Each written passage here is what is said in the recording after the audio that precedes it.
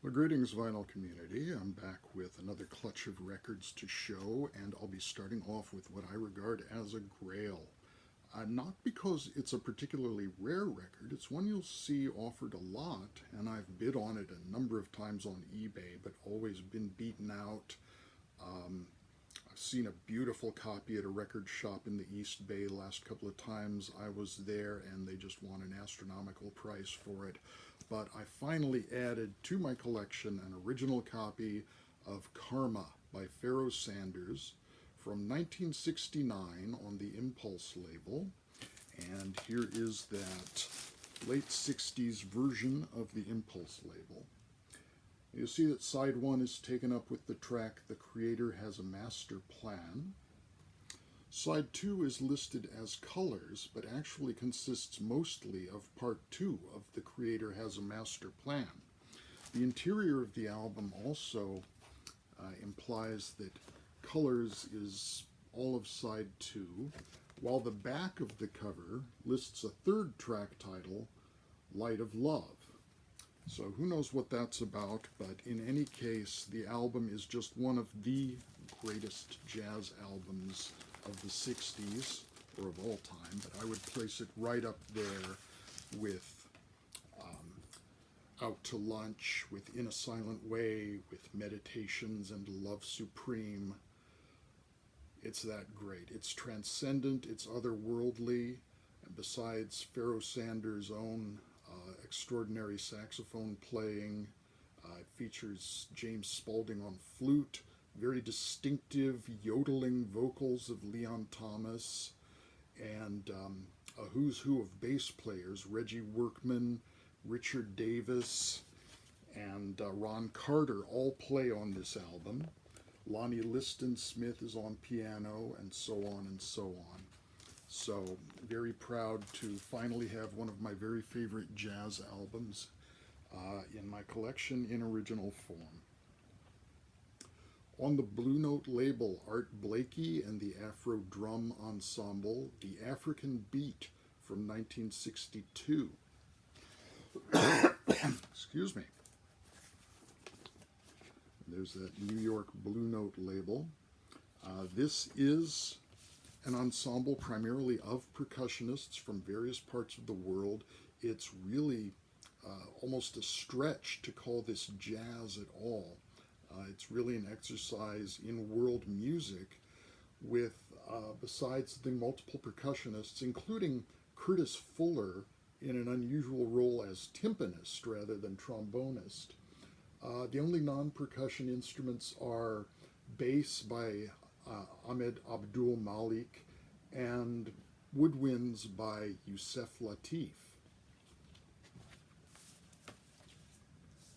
And moving on to a recent release, this is an album that I was turned on to by Miss LadySoul. And if you don't already subscribe to Miss LadySoul's channel, I recommend you go over there and check out her videos. She has a very delightful channel, a very charming personality, and really enjoyable to watch.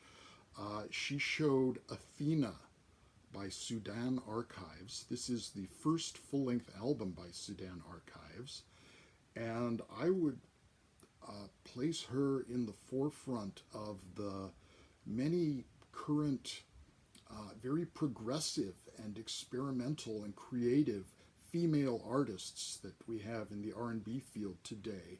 I would rank her up with the likes of Janelle Monáe and Erykah Badu. Sudan Archives is a violin player, and as her stage name implies, she takes inspiration from the music of Northern Africa and applies it to a combination of folk, electronic music, and hip-hop. And the results are extremely creative and packaged in this very striking cover, which includes this bronze marbled vinyl LP, as well as a couple of inserts No insult, maybe some insults, I don't know. Including the score for the track Black Vivaldi Sonata. And the invocation of the name Vivaldi ties in with the next record I have to show, which is by the British progressive rock band Curved Air. I showed a couple of Curved Air albums recently, and that prompted me to pick up a copy of my favorite album, their third, from 1972, Phantasmagoria. And this album, as the first two did, is fronted by their singer, their front woman, Sonia Christina, the violinist Daryl Way, and the keyboardist Francis Monkman. But at the time of this album, there were tensions simmering in the band, and Daryl Way wanted to keep the band on a standard, so to speak, progressive rock track, and Francis Monkman wanted to go more experimental, more electronic, and it ended up with a division in the band, kind of reflected on the cover where you see it's a cover of two sides. One side is simply the album title, one side is simply the band name. Well, Daryl Way ended up with all of his compositions taking up one side of the album, and Francis Monkman ended up with his compositions on side two. The Daryl Way side begins with one of my favorite Curved Air tracks, the historical epic Marie Antoinette, which recounts the downfall of Marie Antoinette during the French Revolution. Lovely ballad, Melinda More or Less, very jaunty, breezy ode to masturbation titled Not Quite the Same. And I'll just say what Woody Allen said, that you shouldn't knock masturbation. It's sex with someone I love. The side ends with Ultra Vivaldi. There's that tie-in with Sudan Archives' Vivaldi reference. And Ultra Vivaldi is actually a sequel to the track simply titled Vivaldi on the first Curved Air album. And it's really just a showcase for Daryl Way to show off how fast he can bow through a series of arpeggiated chords on the violin. I think it's really meant to be just something that they could do on stage as a crowd pleaser. And in this case, it's followed up or taken over by the synthesizer cycling through a sequence that's just turned up and up until it's faster than the ear can hear. And that bridges to Francis Monkman's side, which begins with the title track, Phantasmagoria. Well, the whole side is essentially a concept work on the subject of ghosts and leaving one's body. And Phantasmagoria is the title of a Lewis Carroll poem. You'll notice the Alice in Wonderland inspired artwork on the cover. It's quoted on the album side. When I was a little ghost, a merry time had we. Each sat upon his favorite post and chumped and chawed the buttered toast they gave us for our tea. After the rather humorous song about being followed by a ghost that is Phantasmagoria,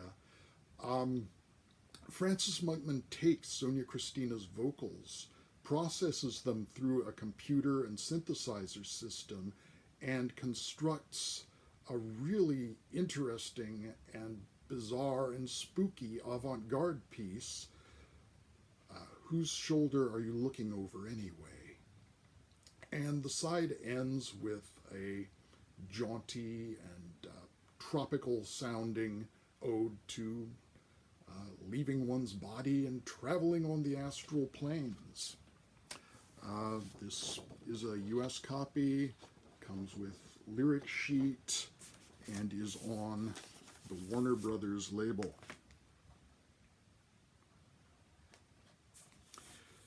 Staying with the prog rock field and the year of 1973. That was 1972. This is 1973. the Dutch prog rock band Super Sister and their fourth album Iskander. Iskander is the Persian name for Alexander the Great, and this is a concept album, although predominantly an instrumental album, on the subject of Alexander the Great. This is part of the new Music on Vinyl reissue series of Super Sisters albums, this being on a lovely blue vinyl. This is a unique album in Super Sisters' catalog, as their regular flute player, Sasha von Geest, had quit the band and was replaced by Charlie Mariano on woodwinds, so that's got to be a good thing. This is very symphonic in sound. Super Sister is usually, although they're a Dutch band, associated with the British Canterbury scene, the likes of Caravan, Soft Machine, and Hatfield in the North. This particular album, I actually feel closer to some of the greatest of the Italian progressive rock bands of the 70s, the likes of Banco and PFM. It's a very symphonic sound, very, very colorful sound. Different instruments always taking the forefront, different keyboard sounds. The bass will be at the front, then the woodwinds. And it's only basically a four-piece band of saxophone, keyboards, bass, and drums. And this was followed up by their fifth and final album, Spiral Staircase, with the band credited as Sweet OK Super Sister, which was apparently the name that they used before they started making records. And this one is on a transparent green vinyl, again on the Polydor label from Music on Vinyl. And this is quite different in sound. It's again a very proggy album, but it's much, much weirder than the Iskander album. The Iskander album was symphonic in the tradition of a Rick Wakeman album, perhaps, taking on a subject like Alexander the Great, and incidentally using a little world music to represent Alexander's empire stretching to the north of India. Charlie Mariano begins and ends the album with the Indian instrument, the nadaswaram, which is like a kind of oboe or shawm. This album is just really, really quirky, and it's full of sped up chipmunk vocals, mandolins, bagpipes, electric guitar, female chorus, all kinds of crazy sounds. So a lot more instruments used. It couldn't be much more colorful than the Iskander album, which is just very well orchestrated. But this is in another realm, and it truly is a bizarre and very enjoyable listen. And speaking of the bizarre, the utterly weird, from 1967, the debut album by Pearls Before Swine, One Nation Underground.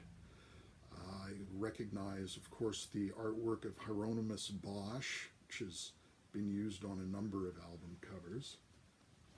This is on the ESP disc label. And this is music for people who think that Bob Dylan's voice is just too polished.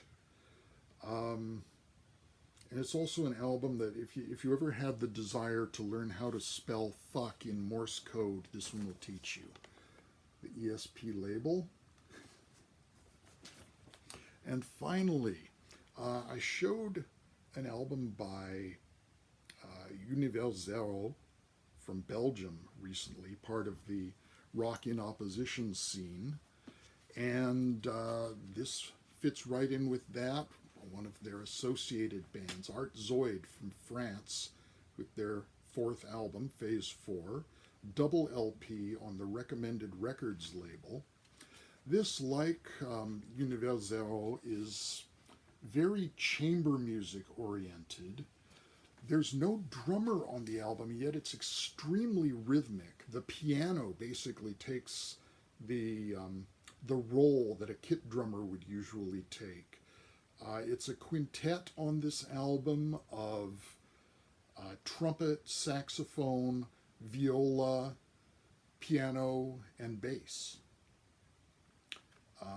Very intense, very dark, very nagging ostinatos and single note pounding rhythms with the violins and violas scraping away, the shrieks of the woodwinds and trumpet, and just a nice spooky time to be had by all.